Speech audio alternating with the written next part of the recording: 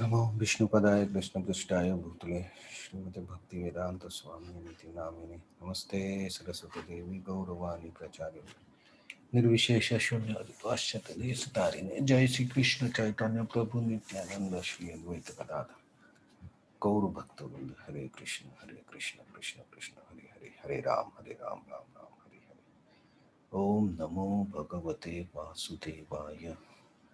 ओम नमो भगवते वासुदेवाय। Om Namo Bhagavate Vasudevaya.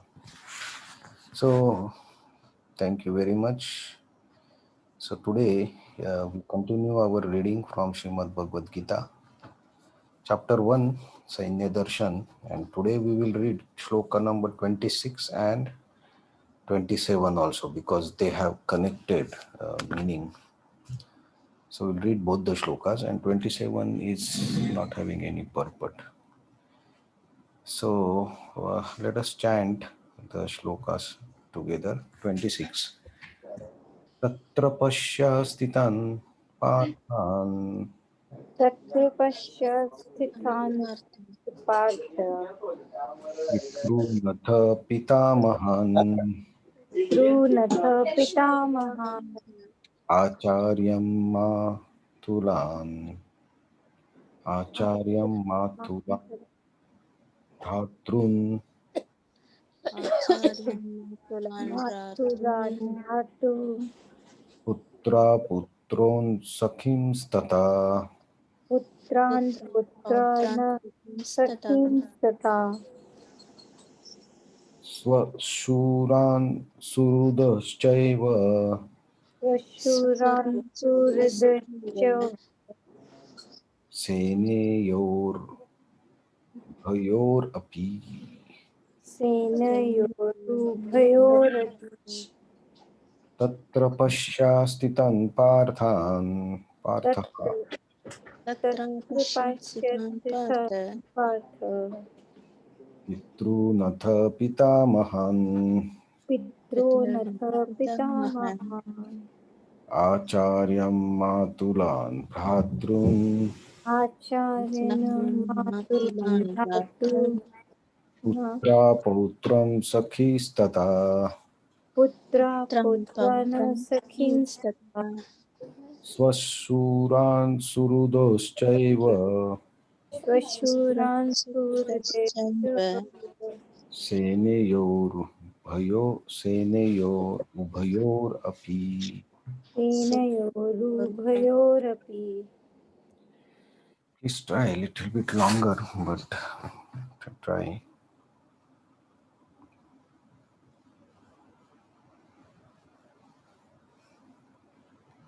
Anybody wants to try this shloka? तत्र पश्यत् स्थितान् Partha पितर्नत पितामहान् आचार्यान् मातुलान् भ्रातॄन् Oh, पुत्रान् पौत्रान् सखींस्तथा स्वसुरान् सुहृदश्चैव सेनयोरुभयोरपि very nice. तत्र पश्यन् संस्कृते तत्र पश्यास्ति तान् पार्थ पितॄन् पितामहान् आचार्यान् मातुलान् भ्रातॄन् पुत्रान् पौत्रान् सखींस्तथा श्वशुरान् सुहृदश्चैव सेनयोरुभयोरपि।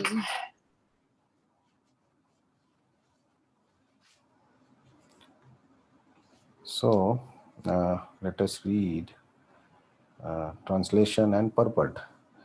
There Arjuna could see within the midst of the armies of both parties his father, grandfather, teacher, maternal uncle, brothers, sons, grandsons, friends, and also his father-in-law and well-wisher. Purport. On the battlefield, Arjuna could see all kinds of relatives. He could see persons like Burishwara, who were his father's contemporaries, grandfathers, Bhishma and Somadatta, teachers like Duryodhan and Krupacharya, maternal uncles like Shalya and Shakuni, brothers like Duryodhan, sons like Lakshman, friends like Ashwatthama, well-wishers like Kritavarma, etc. He could see all the armies which contained many of his friends. So let us read the next sloka in continuation. Please try to chant.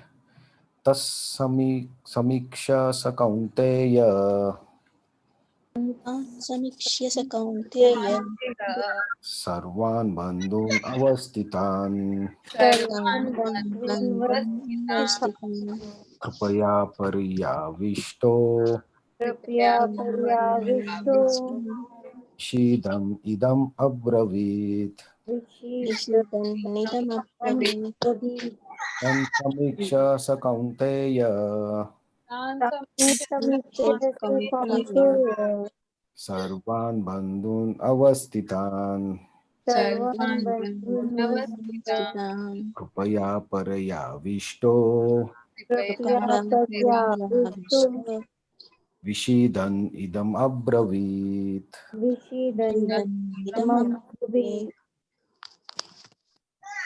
Very nice. Please chant.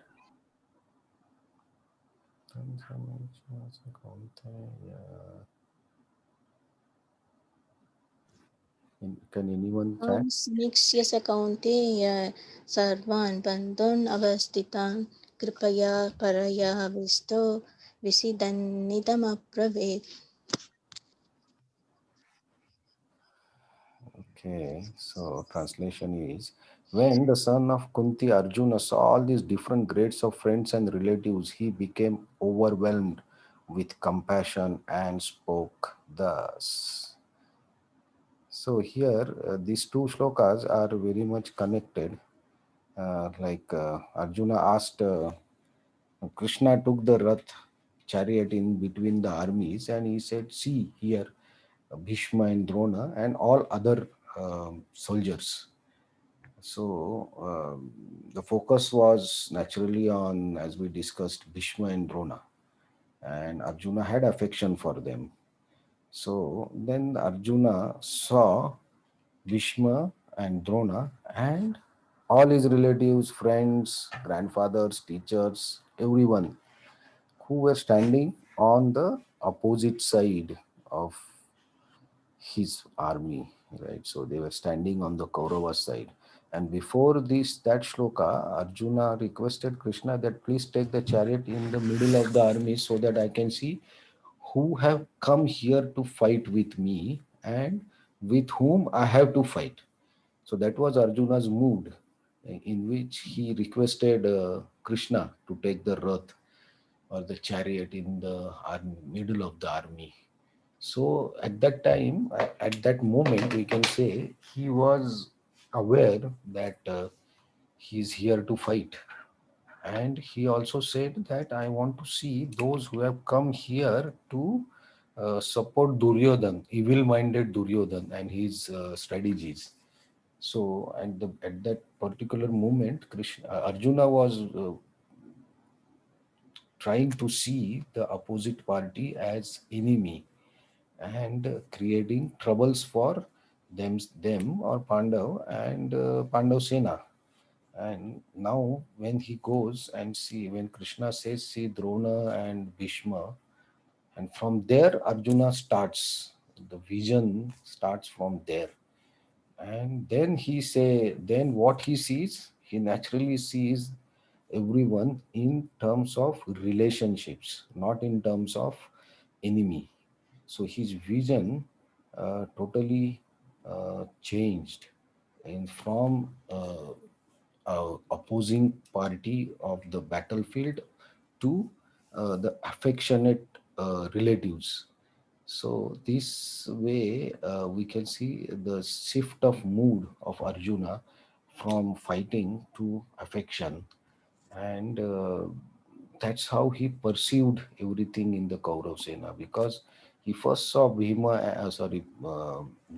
and Drona, for whom he had great affection and whom he respected as the teachers, and that affection uh, of Arjuna for the teachers naturally passed to all the other soldiers who were present in the army. So here he is, the description is he didn't see them as soldiers. He saw them as relatives, friends, teachers, brothers, sons, father-in-laws, and well-wishers. So he saw all the army of Kaurava as Surudhas or well-wishers. So this way, Arjuna's mood from fighting spirit changed to affection. And what was the result? The result was in the next shloka, when Arjuna saw all these kinds of his relatives and friends gathered together to fight, he became overwhelmed with compassion. So kripaya, the word used is kripaya, and paraya means the highest grade of kripaya. So kripaya is there are two three meanings, right? Kripaya means also kindness, and i- like in English word we say like please do this. So in Hindi we say kripaya uh, do this, something like this. So the mood is a kind mood or kindness or soft heartedness or compassion for the opposite person. So krupaya paraya, and that is what the highest grade of krupaya that that Arjuna felt for them. And vishidan means lamenting by moroseness or depressed, you can say. uh, then he spoke. He became depressed or lamenting. He spoke. So Arjuna, at this moment, if we see the continuous flow, we can feel, we can sense what Arjuna went through. First, he was ready to fight, and he wanted to see Duryodhan and his uh, coalitions and his supporters. Then suddenly he felt affection for them, and from affection he felt not simple affection, the highest grade of affection. And but he knew that he is on the battlefield and he has to fight with all these people, and when you fight you have to kill, you have to kill or harm these people. And now he's seeing everyone as his relatives. So all these incidences in very quick succession of time, Arjuna starts lamenting, because now he is in a situation which the Pandavas tried to avoid for long by doing different endeavors, and Krishna himself also tried. But after Krishna's peace agreement was not successful, Duryodhan and Kaurava didn't accept, then they had to fight. That was the last option. And now Arjuna understood that now the situation has come where there is no way going back or no other option but to fight. But he's also seeing all of them as his relatives, friends, and so now in this situation, this is a situation where you want to avoid this situation, but you cannot really avoid. And now in that situation, you have to do what you don't want to do. So Arjuna is in this situation. That's why he's in lamenting mood, or he's in depressed mood. And then he spoke to Krishna.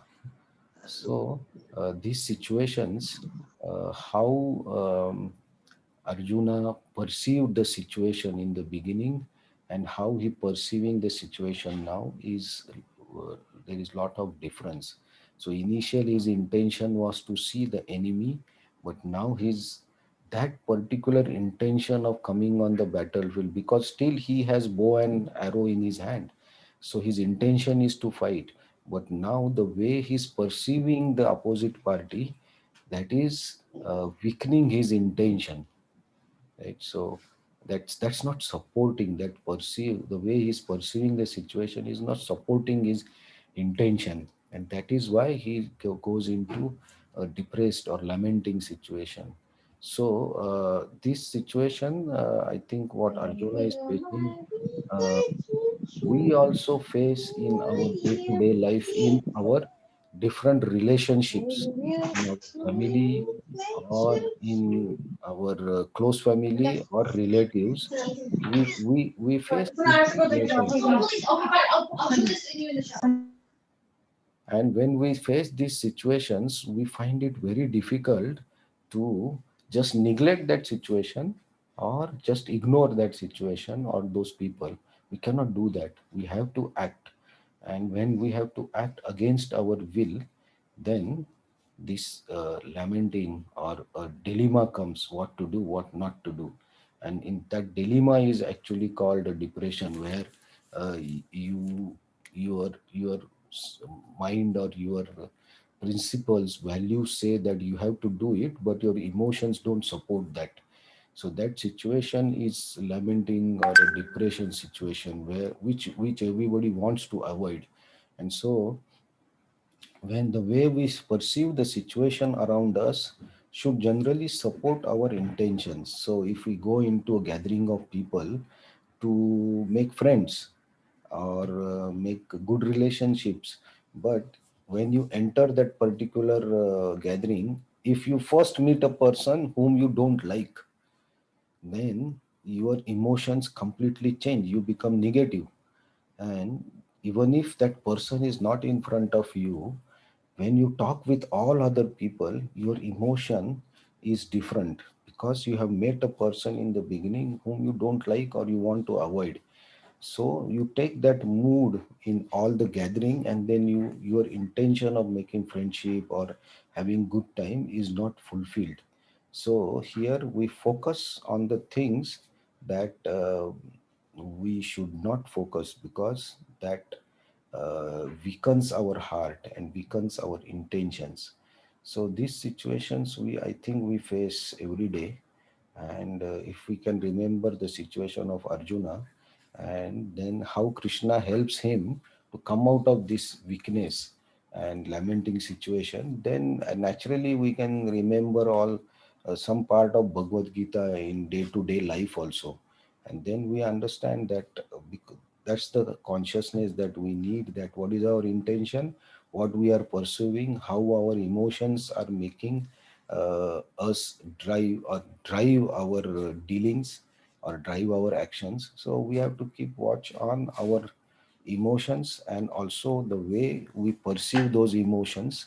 They should generally support our intention, not weaken our intention. So this is what Arjuna is also going through. And now he will ask Krishna, or he will talk with Krishna about his feelings and emotions and what he's going through. And I think if we can relate to Arjuna's situation and our situation in day-to-day life, what we face, we can really feel or experience the experience how much Bhagavad Gita is valid in our day-to-day life also. Thank you very much. So if anyone has any comments or anything that you want to share, please feel free to share.